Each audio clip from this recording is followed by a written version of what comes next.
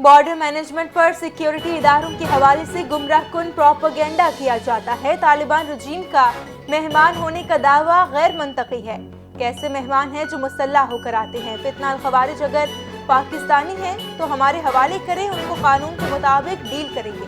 DGISPR lieutenant general Ahmad शरीफ चौधरी की senior सहाफ़ियों से गुफ्तगू।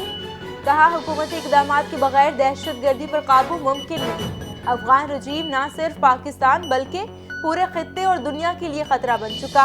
अफगानिस्तान में दहशत गर्दी के मराकज़ और दहशत गर्द तंजीमों की क़यादत मौजूद है। पाकिस्तान का मौक़िफ़ बिल्कुल वाज़ेह है। अफगान तालिबान दहशत गर्दों की सहूलतकारी बंद करें।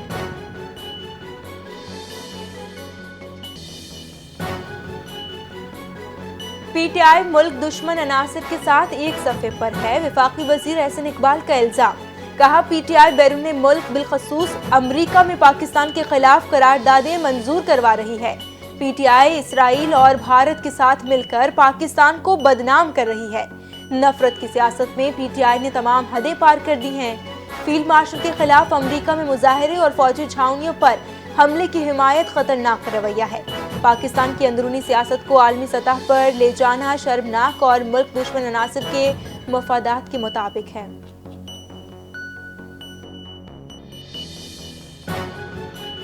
वज़ीर-ए-आज़म शहबाज शरीफ के बानी PTI के खिलाफ हतक इज़्ज़त के दावे पर समाअत हुई। स्पीकर पंजाब असम्बली मलिक अहमद खान ने अदालत में बतौर गवाह बयान रिकॉर्ड करा दिया। कहा, शहबाज शरीफ के साथ जमाती वाबस्तगी और अवामी खिदमत का तस्करा किया।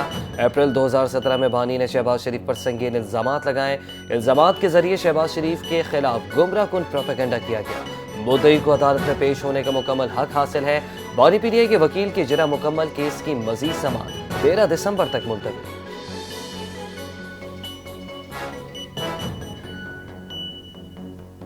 वज़ीर आला खैबर पख्तूनख्वा की बानी PTI से मुलाकात ना कराने पर पार्लियामेंट ना चलने देने की धमकी।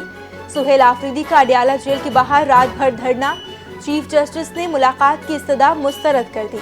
वज़ीर आला KP ने कहा कि तमाम आईनी और कानूनी रास्ते अपनाए, अब कौन सा रास्ता बचा है। सुहेल आफरीदी का मंगल को इस्लामाबाद हाई कोर्ट के सामने एहतजाज का ऐलान।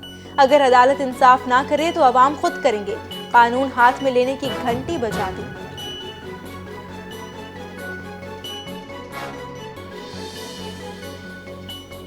वज़ीर-ए-आज़म की हिदायत पर तनख्वाहदार तबके को टैक्स रिलीफ पर काम शुरू। चेयरमैन FBR ने कहा कि बड़ी कंपनियों पर आए सुपर टैक्स कम करने के लिए हुकूमती सतह पर मशावरत जारी है।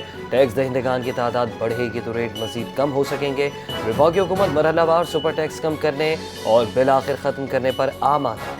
FBR चेयरमैन का पाकिस्तान बिजनेस कौंसिल के सेमिनार से खिताब। टैक्स इस्लाहात का मकसद कारोबारी माहौल बेहतर बनाना, सनती तरक्की को तेज करना है।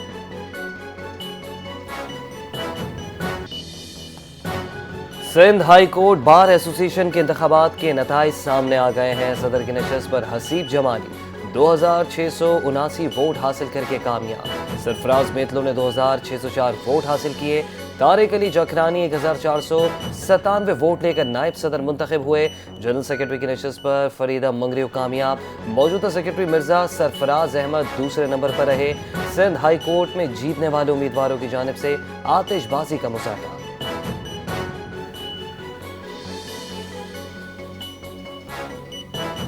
सिंध के बेरोजगार नौजवानों के लिए खुशखबरी आ गई। वज़ीर आला सिंध का आइंदा हफ्ते से नौकरियां देने का ऐलान।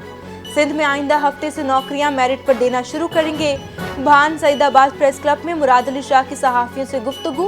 कहा, नवाज लीग के साथ इलेक्शन के बाद इत्तेहाद हुआ था, इस सिलसिले में हम आगे चल रहे हैं। 28वीं तरमीम आने से पहले इस पर तबसरा किया करूं।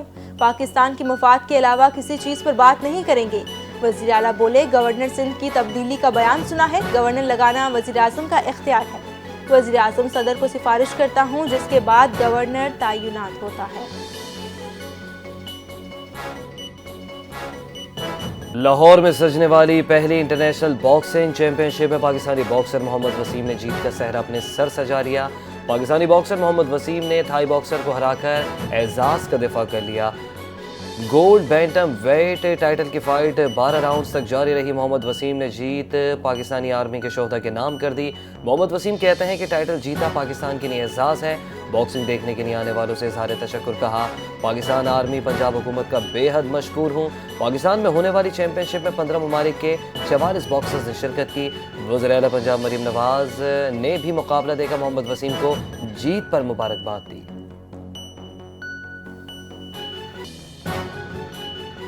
کراچی اور سندھ میں ہم سب کی محنت کا نتیجہ ہے. پولیس کی جانب سے منعقدہ تقریب اور تعریفی کلمات پر سب کا شکر گزار ہوں.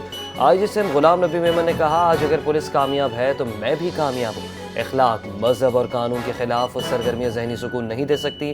صوبے کے 2576 شہدا میں 1072 کا تعلق کراچی سے ہے. شہدا کے خون کی بدولت ہم قائم ہوا. آئی جی سندھ نے گارڈن ہیڈ کوارٹر میں پولیس افسران اور جوانوں کے اعزاز میں منعقدہ شاندار بڑے کھانے میں شرکت کی.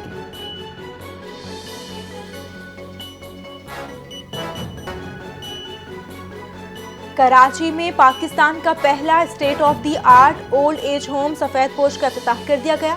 نارتھ کراچی میں سفید پوش اولڈ ایج ہوم کی افتتاحی تقریب. انور مقصود نے خطاب میں کہا کہ منصوبے بن جاتے ہیں مگر عمل درآمد مشکل ہوتا ہے. یہ پروجیکٹ قابل تحسین ہے. زمین ملتے ہی دنیا بھر سے عطیات ملے. 1 سال میں 6 منزلہ عمارت مکمل ہو گئی. سفید پوش کے صدر سید اقبال حسین نے کہا اولڈ ایج ہوم میں 204 افراد کو رہائش فراہم کی گئی. کلینک اور ورزش کے لیے جدید جم بھی تعمیر. بزرگ شہریوں کی سہولتیں بھی دی گئی ہیں.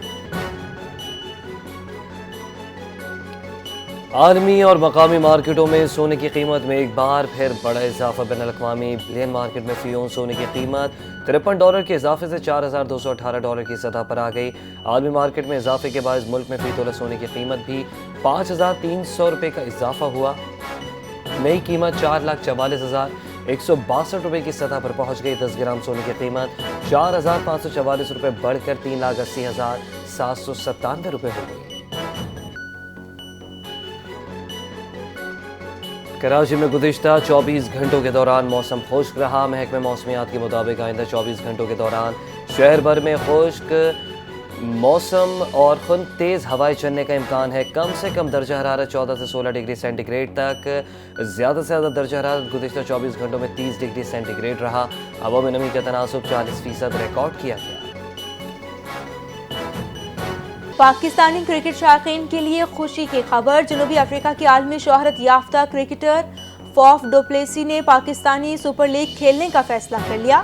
فاف ڈو پلیسی بھی PSL 11 کا حصہ بنیں گی.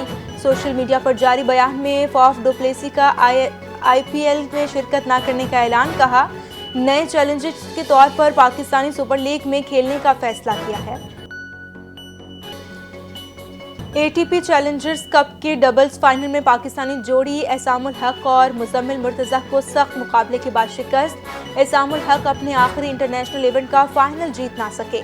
ڈبلز ایونٹ کے اختتام کے ساتھ ہی پاکستان کے مایہ ناز ٹینس اسٹار احسام الحق انٹرنیشنل ٹینس سرکٹ سے بھی ریٹائرڈ ہو گئے. شائقین ٹینس کا خراج تحسین. احسام الحق کا کہنا تھا کہ دنیا میں پاکستان کا نام روشن کرنے پر بہت خوشی ہے. پاکستان میں ہونے والا ڈیوس کپ کھیلوں گا اور نئے لوگوں کو پروموٹ کرنا جاری رکھوں گا.